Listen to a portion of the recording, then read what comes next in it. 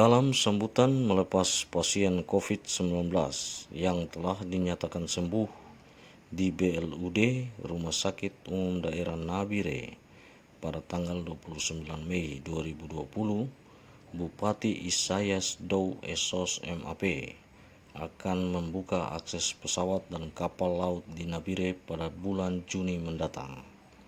Rencana itu akan diserahkan kepada Forkopimda untuk menggelar rapat terbuka demi memasuki kondisi new normal atau kondisi normal pada bulan Juni.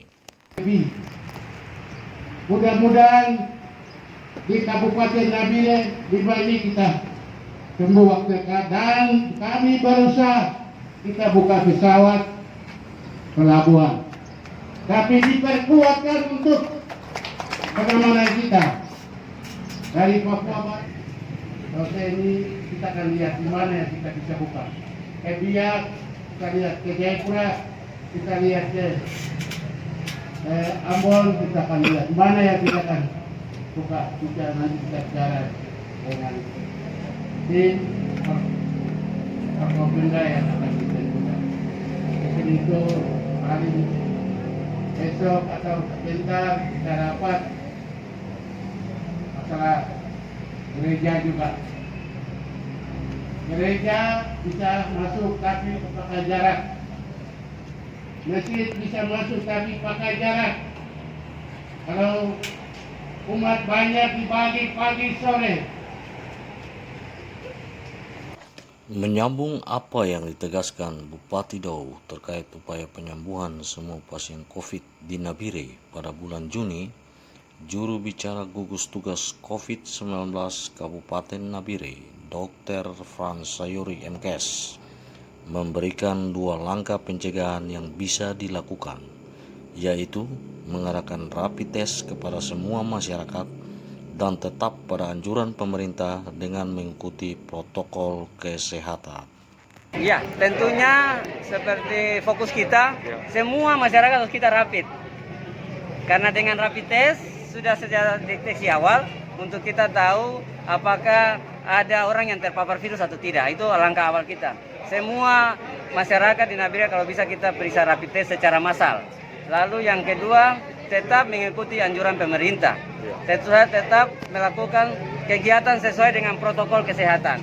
Dua ini saja saya yakin kasus kita akan turun. Ketua DPC PDI Perjuangan Kabupaten Nabire, Nancy Warobai Esos, ketika ditemui pada tempat terpisah, menyambut baik rencana new normal tersebut. Namun menurut Nancy, angka-angka yang tertera selama ini harus bisa berkurang. Ketika new normal itu dibuka, akses itu dibuka, berarti kita harus menangkap pesan dari Pak Bupati. Harus bisa menangkap pesan dari Pak Bupati. Dengan demikian, kami berharap angka-angka yang tertera selama ini harus bisa berkurang.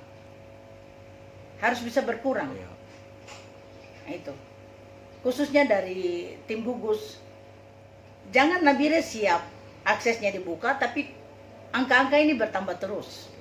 Dr. Sayuri pada momen pelepasan pasien COVID-19 juga menegaskan bahwa pemeriksaan pasien COVID di Nabire sengaja digandeng dengan pemeriksaan HIV/AIDS dan malaria, sebab di samping mengikuti arahan dari provinsi, harus juga melihat bahwa semua program penyakit harus dijalankan.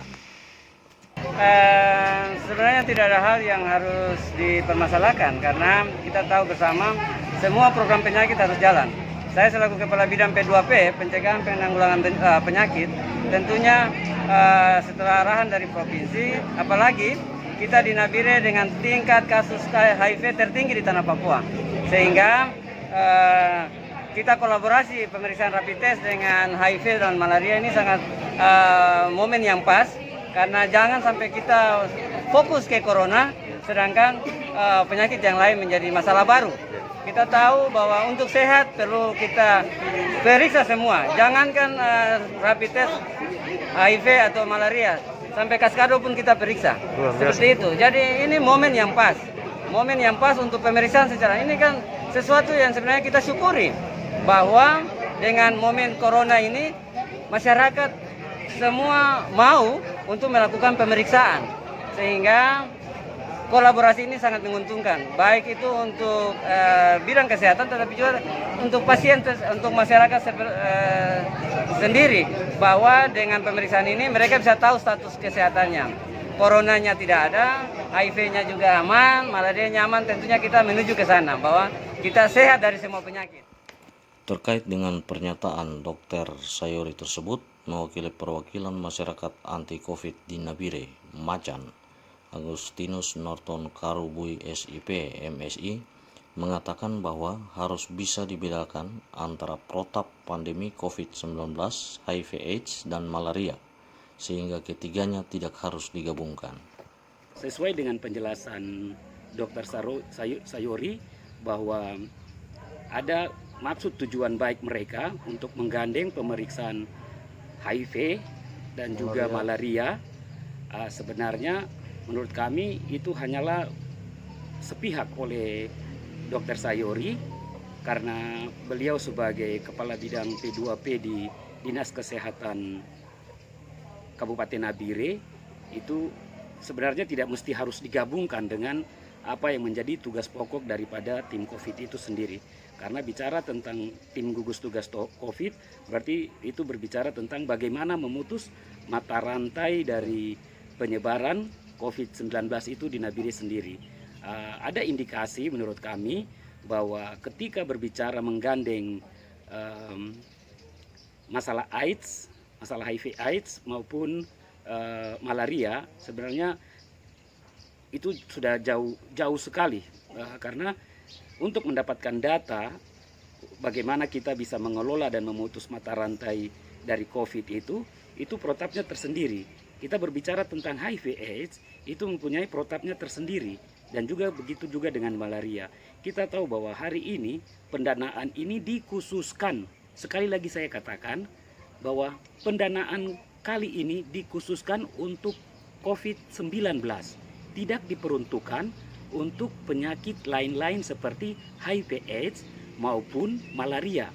Bahkan dalam keterangan Dr. Sayori ketika diwawancarai, Dr. Sayori mengatakan bahkan Kaskado pun, untuk saya secara profesional dokter tidak bisa menempatkan diri karena sudah bias daripada pedoman itu sendiri.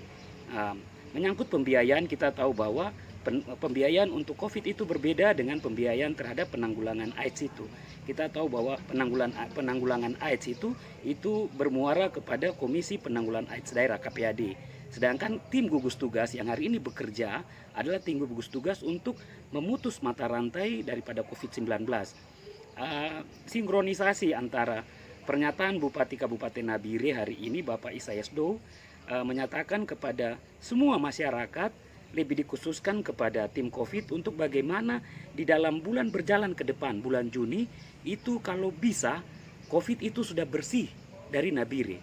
Ada sedikit dua kontradiksi yang dibangun oleh Dr. Sayori ketika Bupati mengatakan untuk memutus mata rantai, tapi dari gugus tugas merencanakan untuk di bulan depan, bulan Juni, ada pemeriksaan rapid test sebesar 3.000. Analoginya sederhana. Ketika kita bicara sampai dengan angka 3.000, maka di sana akan muncul pasien yang positif. Kita tidak naif untuk menyatakan ini, karena dari beberapa kali pemeriksaan, puji Tuhan, syukur, memang yang terakhir kita tahu bahwa dari sekian pemeriksaan, ada sebagian besar itu dinyatakan negatif. Tapi dengan sampel yang begitu besar, dengan populasi yang begitu besar, pasti ada sampel-sampel positif itu yang akan terikut di dalamnya. Bagaimana mungkin kebijakan pemerintah daerah yang sudah disampaikan oleh Pak Bupati sendiri untuk bagaimana kita menuju kepada new era setelah masa pandemi COVID, kita mau masuk kepada kebijakan itu sesuai dengan tuntutan masyarakat Kabupaten Nabire.